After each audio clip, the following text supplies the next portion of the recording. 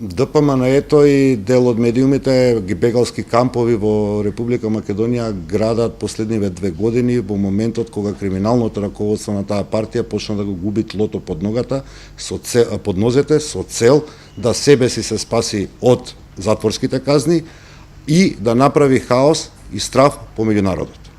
Во градот Скопје има 452 бездомни лица. Капацитетот во Бизбегово во моментов може да згрижи околу 80 од нив. Заедно со Министерството за труд и социјална политика работиме на зголемување на тој капацитет. Тоа е нешто во што ние како град и Министерството за труд и социјална политика партиципираме. Да дадеме можност на нашите сограѓани кои што животот ги однел таму да останат бездомници. Секој човек треба да биде помаган. Очекувам дека граѓаните, очекувам дека оваа човечка димензија нема да биде злоупотребувана за политички дневни спинови. Непочитувана, тоа значи дека во Визбегово ќе го прошириме капацитетот за бездомни лица. А што е со Бардовци и центар за странци, како што гласи?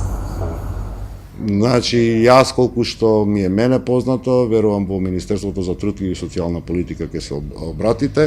Ботовите на опозицијата, како им се ближат пресудите по судовите за долгогодишните казни заради криминалното здружување во која што ја ничкоса и плячкоса оваа држава, заради која што и вие сте посиромашни од тоа што веројатно би требало да имате како подобар квалитет на живење, како им се ближат тие казни, такви ботови, секојдневно ќе слушаме се повеќе и повеќе.